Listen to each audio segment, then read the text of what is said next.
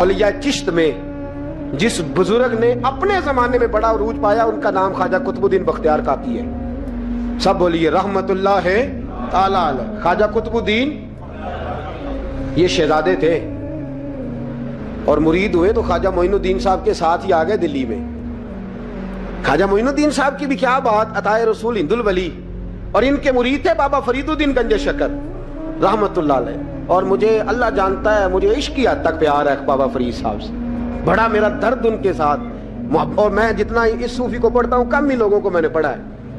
حضرت بابا فرید کے پیر اور خواجہ معین الدین صاحب کے خلیفہ کیا نام ہے؟ خواجہ قطب الدین. مکتب میں پڑھنے گئے نا پہلے دن، 4 سال کی عمر تھی، تو قاری صاحب نے الف با تا سا پڑھایا تو انہوں نے 15 سپارے قرآن پاک کے سنا دیے. تو کہنے لگے بیٹا تجھے کیسے آئے؟ کہنے لگے میری اماں 15 سپاروں کی حافظ ہے، وہ سارا دن قرآن پڑھتی رہتی تھی، مجھے سن سن کے یاد ہو گیا ہے. یہ بالا نو گالا یاد ہو سکدیاں نے تے قرآن پاک بھی یاد. اللہ خیر کرے، شرط یہ ہے کہ ہم گھر میں قرآن پڑھیں، بچوں کو سن سن کے بھی یاد ہو ہی جاتا ہے. خواجہ قطب الدین اتنا عروج پایا اس شیخ کامل نے کہ وقت کا بادشاہ بھی مرید ہو گیا. سلطان شمس الدین التمش مرید تھا، دلی کا بادشاہ بھی مرید تھا، اجمیر کا بادشاہ خواجہ معین الدین صاحب کا مرید نہیں ہوا. نہ پاک پتن کا بادشاہ بابا فرید کا مرید ہوا، لیکن خواجہ قطب صاحب کو اللہ نے یہ عظمت بھی دی. یہ شان ہے نا، اگرچہ صدقہ سارا خواجہ معین الدین کے قدموں کا ہی تھا، لیکن دلی کا بادشاہ مرید ہوا، اور اتنا اعلیٰ مرید ہوا کہ جب خواجہ قطب الدین صاحب کا وصال ہوا تو 3 شرطیں لگائی تھی. فرمایا میرا جنازہ وہ پڑھائے، جب سے توبہ کیا پھر اس کا سینے بد حرام کے لیے نہ کھلا ہو، اور جب سے توبہ کیا پھر لقمہ حرام اس کے گلے سے نہ گزرا ہو، اور جب سے توبہ کیا پھر کبھی نماز تہجد بھی قضا. بڑے بڑے صوفی میری طرح کے گردن جھکا کے کھڑے ہو گئے. 7ویں صف سے دلی کا بادشاہ نکل آیا، کہنے لگا پیرا ساری زندگی میں نے پردہ داری سے عبادت کی تھی، تو جاتی دفعہ مجھے بے نقاب کر گیا ہے. اتنا بڑا انہوں نے شخص دیا. اور حال یہ تھا، لوگ کہتے ہیں کہ فلانا آدمی امیر آدمی ہے تو حضرت صاحب کا تعلق پیر صاحب کا تعلق زیادہ ہے، تو اس کی عمارت نہ دیکھ، کبھی کبھی اس کی پرہیزگاری بھی دیکھ، اس کی خدمت گزاری بھی دیکھ. خواجہ قطب الدین صاحب پہ بھی الزام لگتے رہے. ایک الزام یہ بھی لگا کہ قریب چلے گئے. ہوا کیا، جب بادشاہ مرید ہوا تو کہنے لگا حضرت جی میں نے بادشاہی نہیں کرنی، میں نے اب خانقاہ میں رہنا ہے. تو فرمایا بیٹا تو چھوڑ دے گا تو کوئی ظالم بیٹھ جائے گا. تو حضور پھر کیا حکم ہے؟ فرمانے لگے تو نے کرنی ہے. تو کہا حضور آپ وہ کہاں ہوتے ہیں، میں کہاں ہوتا ہوں، دل ہی نہیں لگتا.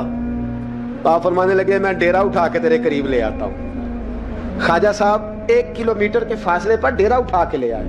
فرمانے لگے میں تیری تربیت کرتا رہوں گا، تو مخلوق کا بھلا کرتے رہنا. صلی اللہ علیہ، تو حضور کی امت کا اللہ اکبر. وہ قریب. اس وقت بھی لوگوں نے بڑی باتیں کی کہ دیکھو جی بادشاہ تھا نا تو پیر صاحب ہی نیڑے آ گئے. لوگ دیکھتے نہیں یہ اصل بات کیا ہے.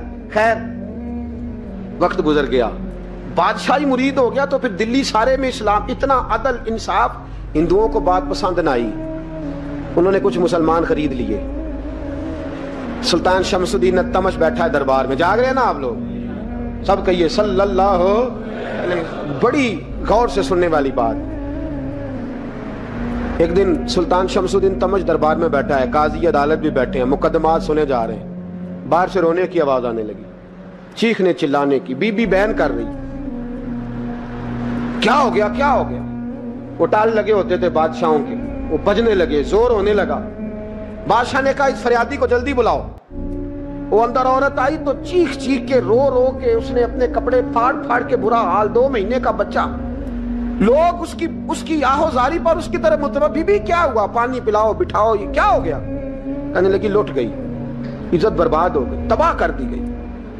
میں کیا ہوا؟ کہنے لگی بادشاہ ایک شخص میرا غیر شرعی خامن بنا، پھر مجھے حمل ہوا، پھر میری گود میں یہ بچہ ہے 2 مہینے کا. اب گئی ہوں تو وہ کہتا ہے کہ میرا تو تیرے سے تعلق ہی کوئی نہیں. بادشاہ کہنے لگے یہ سلطان شمس الدین تمش کی جگہ ہے، اور میں نے رسول اللہ صلی اللہ علیہ وسلم کے دین کے مطابق حکومت استوار کی ہے. کون ہے جو تیرے ساتھ؟ ابھی گردن نہ کاٹ دوں گا، بات کر کون ہے. کہنے لگی تو کچھ بھی نہیں کرے گا، کوئی کچھ نہیں کر سکتا. لوگ کلمے چھوڑ کے بیٹھ گئے، توجہ ادھر ہو گئی. پراپوگنڈے بڑا اثر کرتے ہیں معاشرے پہ.